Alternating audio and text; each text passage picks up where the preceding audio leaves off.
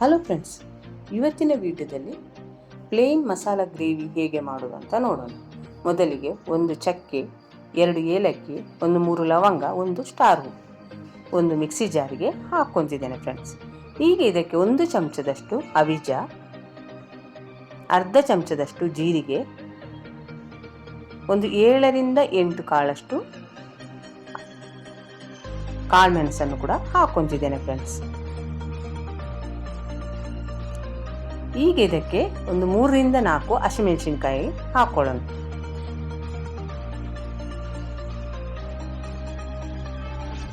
ಈಗ ಒಂದು ಸ್ವಲ್ಪ ಹಸಿ ಕೊಬ್ಬರಿಯನ್ನು ಕೂಡ ಇಲ್ಲಿ ಹಾಕ್ಕೊತಿದ್ದೇನೆ ಫ್ರೆಂಡ್ಸ್.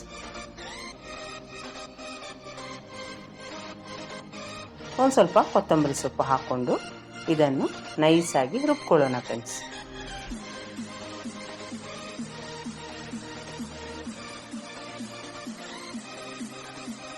ಈಗ ಒಂದು ಬಾಣಲೆಗೆ ಒಂದು 3 ಚಮಚದಷ್ಟು ಎಣ್ಣೆಯನ್ನು ಹಾಕ್ಕೊಂಡು, ಎಣ್ಣೆ ಚೆನ್ನಾಗಿ ಬಿಸಿ ಆದಮೇಲೆ ಅದಕ್ಕೆ 1 ಗೆಡ್ಡೆ ಬೆಳ್ಳುಳ್ಳಿಯನ್ನು ಸಿಪ್ಪೆ ತೆಗೆದು ಜಜ್ಜಿ ಹಾಕ್ಕೊತಿದ್ದೇನೆ. ಒಂದು ಈರುಳ್ಳಿಯನ್ನು ಸಣ್ಣಗೆ ಹೆಚ್ಚಿ ಹಾಕ್ಕೋಬೇಕು. ಈಗ ಇದನ್ನು ಎಣ್ಣೆಯಲ್ಲಿ ಚೆನ್ನಾಗಿ ಬಾಡಿಸ್ಕೋಬೇಕು ಫ್ರೆಂಡ್ಸ್.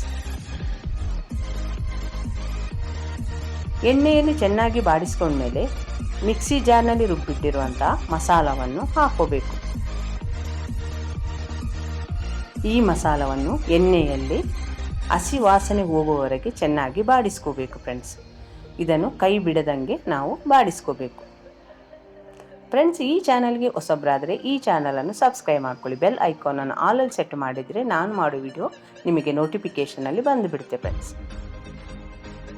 ನೀವು ವಿಡಿಯೋದಲ್ಲಿ ನೋಡ್ತಿರುವ ಹಾಗೆ ಈ ಮಸಾಲವನ್ನು ಎಣ್ಣೆ ಬಿಡುವವರೆಗೆ ನಾವು ಬಾಡಿಸ್ಕೋಬೇಕು ಫ್ರೆಂಡ್ಸ್. ಹಾಗಾದರೆ ಅಷ್ಟೇ ಇದು ಬಹಳ ರುಚಿಯಾಗಿರುತ್ತೆ ಫ್ರೆಂಡ್ಸ್.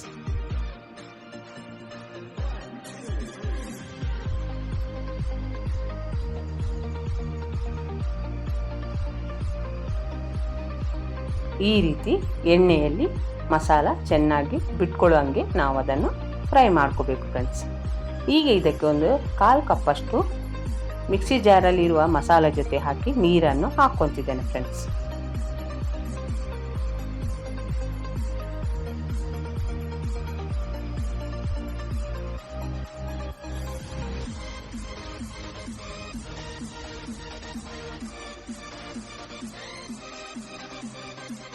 ಈಗ ಮತ್ತೊಂದು ಸಲ ಚೆನ್ನಾಗಿ ಫ್ರೈ ಮಾಡ್ಕೊಳ್ಳೋಣ. ಈ ಪ್ಲೇನ್ ಮಸಾಲ ಜೊತೆ ತತ್ತಿ, ಚಿಕನ್, ಮಟನ್ ಯಾವುದನ್ನು ಬೇಕಾದರೂ ಸೇರಿಸ್ಕೋಬೋದು ಫ್ರೆಂಡ್ಸ್. ಬೇಕಂದರೆ ಆಲೂಗಡ್ಡೆಯನ್ನು ಕೂಡ ಸೇರಿಸ್ಕೋಬೋದು.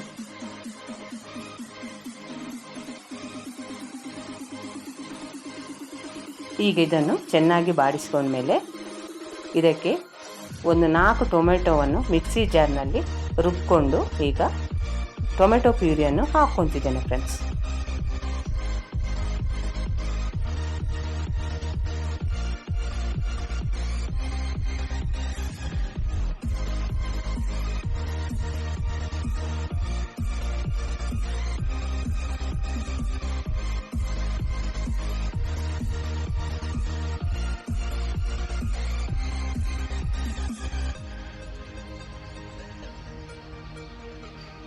ಅದನ್ನು ಕೂಡ ಎಣ್ಣೆಯಲ್ಲಿ ಚೆನ್ನಾಗಿ ಮಿಕ್ಸ್ ಮಾಡ್ಕೊಳ್ಳೋಣ.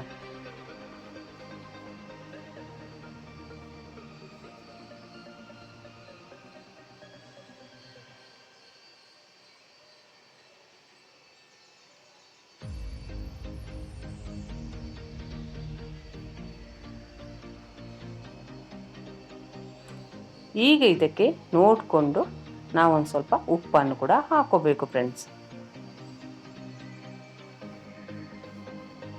ಈಗ ಇದಕ್ಕೆ ಬೇಕಾದಂಥ ಮಸಾಲವನ್ನು ಸೇರಿಸ್ಕೊಳ್ಳೋಣ. 1 ಚಮಚದಷ್ಟು ಅಚ್ಕಾರದ ಪುಡಿ, ಒಂದು ಸ್ವಲ್ಪ ಅರಶಿನ, ಒಂದು ಸ್ವಲ್ಪ ಗರಂ ಮಸಾಲ,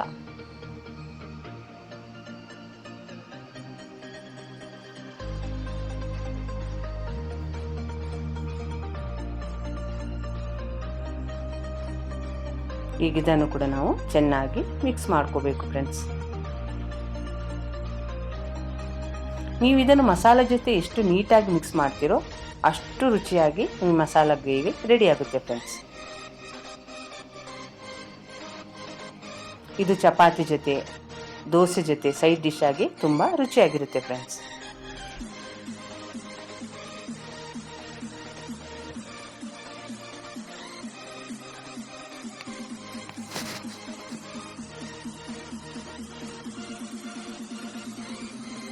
ಎಲ್ಲವನ್ನು ಎಣ್ಣೆಯಲ್ಲಿ ಚೆನ್ನಾಗಿ ಫ್ರೈ ಮಾಡ್ಕೋಬೇಕು. ನೀವು ಎಣ್ಣೆಯಲ್ಲಿ ಎಷ್ಟು ನೀಟಾಗಿ ಫ್ರೈ ಮಾಡ್ಕೊತೀರೋ ಅಷ್ಟು ನೀಟಾಗಿ ಮಸಾಲ ಗ್ರೇವಿ ರೆಡಿ ಆಗುತ್ತೆ ಫ್ರೆಂಡ್ಸ್.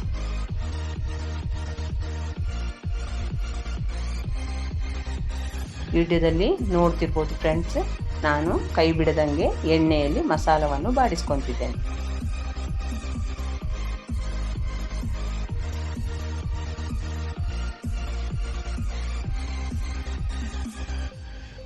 ಈಗ ಇದಕ್ಕೆ ಒಂದು ಅರ್ಧ ಕಪ್ಪು ಗಟ್ಟಿ ಮೊಸರನ್ನು ಹಾಕೊಳ್ಳೋಣ.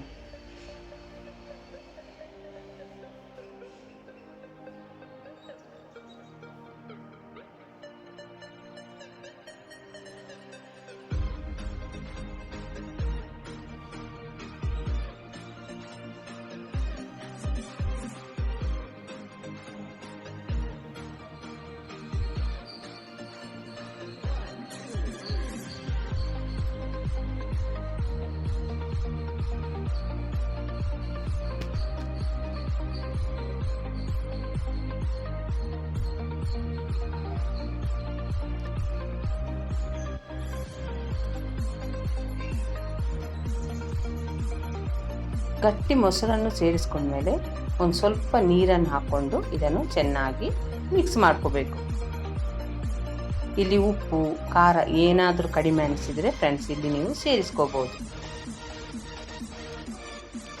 ಇಷ್ಟಾದರೆ ಸಾಕು. ನಿಮಗೇನಾದ್ರು ಸ್ವಲ್ಪ ನೀರು ಬೇಕನ್ನಿಸಿದರೆ ಸ್ವಲ್ಪ ನೀರನ್ನು ಸೇರಿಸ್ಕೊಂಡು ಇದನ್ನು 10 ನಿಮಿಷ ಸಣ್ಣ ಉರಿಯಲ್ಲಿ ಮುಚ್ಚಳ ಮುಚ್ಚಿ ಬೇಯಿಸೋಣ ಫ್ರೆಂಡ್ಸ್.